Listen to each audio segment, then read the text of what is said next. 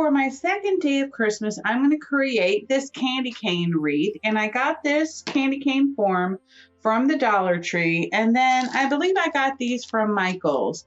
Now, normally I would not be using the color black, but this is all I had in my stash. And I wanted to make this wreath for a friend of mine. So I basically don't have time to go to the store and get some more of these. So what I did was I just kind of twisted these on every edge right here. If you can see this, actually I'm going to pull this out so it's a little bit better, okay? So every little step on the ladder, so like here, here, here. In fact, sorry, this is a big wreath, so you're not going to be able to see this on camera. This is why I don't normally videotape wreaths, is because you know, you need to have a very high workspace for your camera, and I don't really have that. Mine is down a little bit lower to accommodate my paper craft. So all you're going to do is you're just going to tie this on here and twist it twice. That's all I do, okay? Because we're going to be twisting it a lot more. So if you twist it too many times, you're going to run out of space when it comes to adding in all your embellishments here. So I'm going to be using a mesh as well as ribbons and all sorts of stuff. So definitely just twist it twice and you're good to go. So I'm going to start off with the bottom, and what I plan on doing is doing this in a crisscross pattern is the best way I can describe this, okay? And I may end up feeling like I need to add some more of these, but at this point, I think I'm okay with it. And in all honesty, I don't even have to do this in a crisscross pattern because I'm only using one color. If you were using red and white, you would be doing it in a crisscross pattern. What I mean by like a diagonal, so like here, here, here, here, you know, that's how I'm going to add on my ribbons. But at this point, I'm just going to fully do this in white, and let me grab my mesh and I'll be right back. Okay, I did find two colors of mesh, so I may go ahead and do the crisscross pattern. So I'm going to go ahead and start off with that. So basically, I want to grab my mesh, and I have my roll set this way towards me. So the roll is on top. Okay, so just like you would do with toilet paper, it's roll over instead of roll under, okay? Because this will give you these nice little poofy balloon type things, okay? So you're going to take it and you're going to go ahead and attach your first piece. And I'm going to go ahead and bring this through, okay?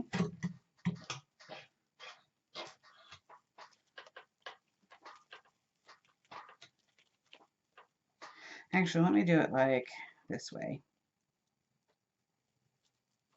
Okay, so I'm just basically, here's my opening. I'm going to push this like this. And then if you can see, let me move this out of the way. I'm pulling this underneath through this little bars, okay? And then I'm going to go ahead and twist tie this twice, really tight. 1 and 2, okay?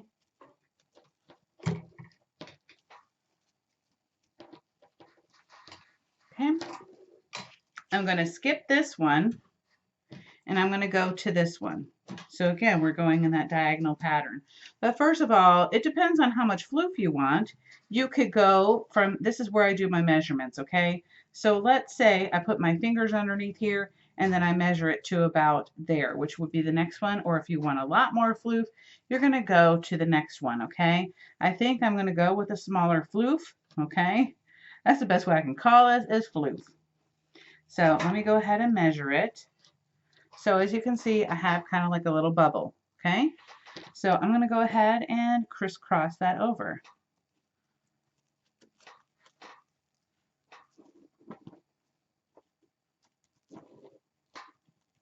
And again, twist it twice. If you're that worried, you probably could do it about 3 times, but it's up to you. And I'm not worried about using the black because once I clip these down and add all the other ribbons and the ornaments and everything, you're not even going to see it. But it is kind of, I'm going to say it is best to go ahead and match it up. So again, I'm going to go ahead and do my little measurement here, and I'm going to skip this one, and I'm going to go to the next one. I'm going to crisscross it over, again, creating that bubble effect, just like I did on the last one.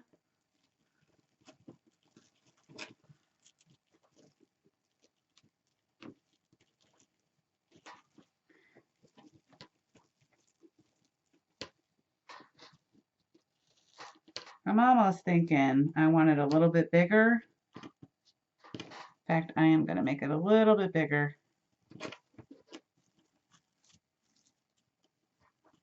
I'm not excited about that size floof. So let's just do it like 1.5 bars as the measurement. Okay, again, I'm going to skip this one, the next one, and I'm going to go ahead and cross over to this one. All right, and again, I'm going to do my measurement. We said 1.5. So here's 1.5, and I'm going to cross over.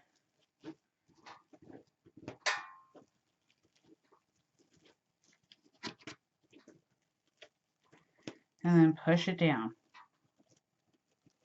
And twist tight. Okay? So now I'm just going to continue on until I finish with the white color, and then I'll come back showing you with the red color. Okay? And in the meantime, I usually wait till the end, but I just want to see if I'm really happy with this floof before I continue on. Okay? I'll be right back. Okay, now I've turned my candy cane over. I've got my first layer on, and again, like I said, it's all in that diagonal formation. I'm going to tuck my tails. I make them long enough so that I can tuck them underneath, okay? That's all you got to do is tuck them in there, and then you can flip it back over, and you really won't be able to see it once you have everything on here, okay? I wish I had made this one just a smidge longer, but we're going to make it work.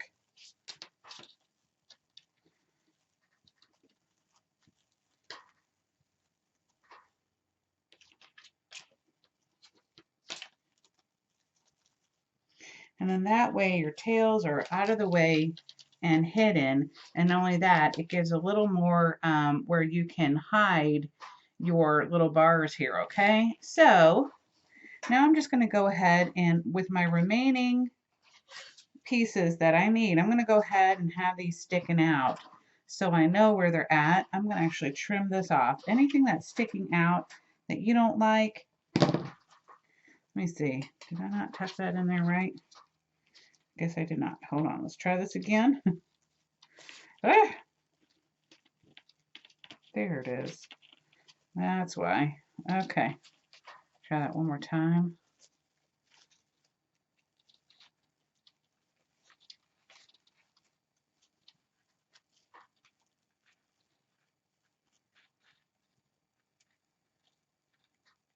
And if you are worried about this coming through, what I'm going to do is I'm going to grab some thread and a needle, and I'm going to go ahead. And I don't know if you can see these because it's white on white. I'm going to take these two little flaps, and I'm going to sew those together so it won't come out. All right, and then I'll be back. Okay, so now I sewed that back in, and I flipped my candy cane back over. And again, I'm going to make sure this time that I have plenty of give there so that I can tuck it underneath, not have that same issue as last time. But again, I'm going to do the same thing. I'm going to tie this under, twist it twice, okay? And then again, I'm going to do that same thing where I am going to do about 1.5. Sorry, this it gets a little complicated when you gotta, yep, that looks about right. For some odd reason, this one's not, there we go. Not puffing as much.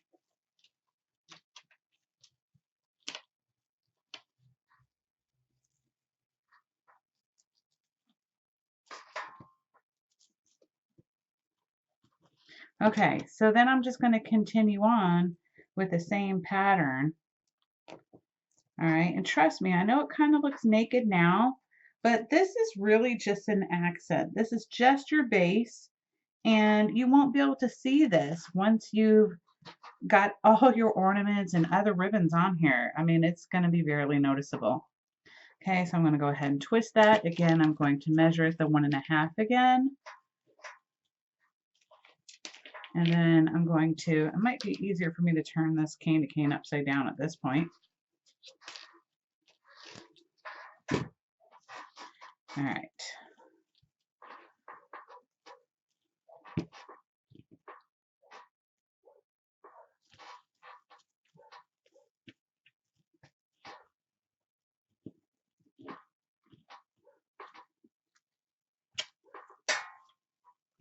I know it seems like I'm wrestling with this, and I am.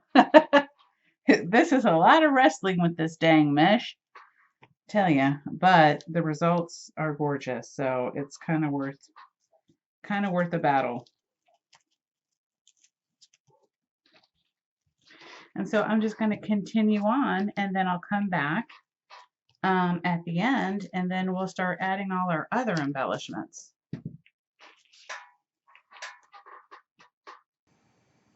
So I love this kind of gingerbread look ribbon that I actually made a big bow with, and I never used it. So I went ahead and took it apart, and now I'm going to go ahead and use it for this because I really thought it would look cute on here.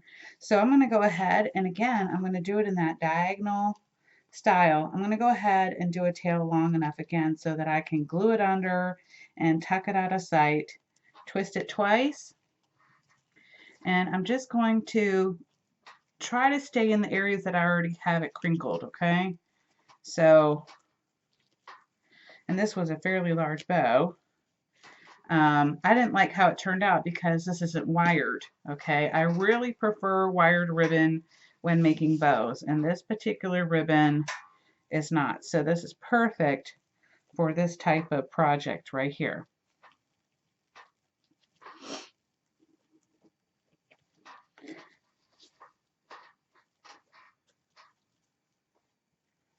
Again, I mean, it's even going to be a little bit loose. That's okay.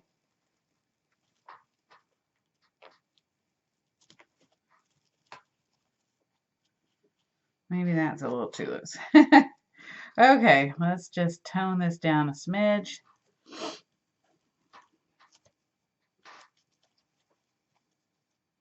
There we go.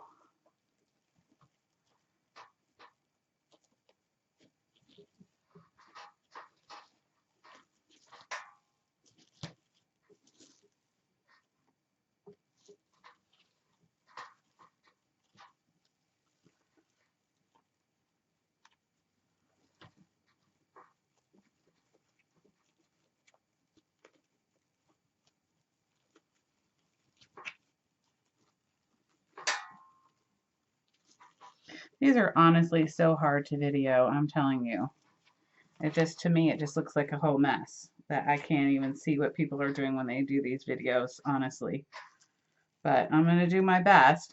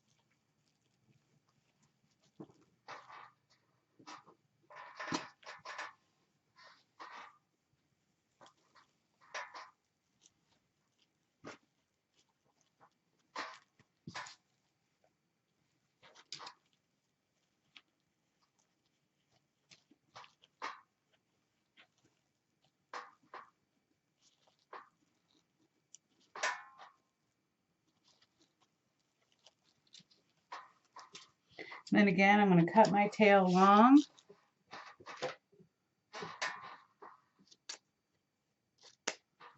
And I'm going to turn this around and see how I like it. I think it looks pretty good.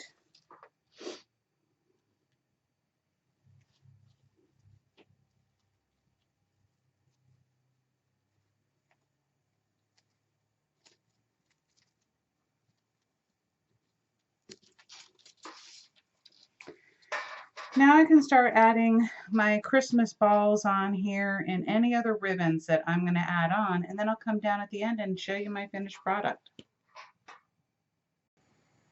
Well, I'm really happy with how this turned out. Sorry I had it kind of turned sideways, but of course this is how it would look straight up.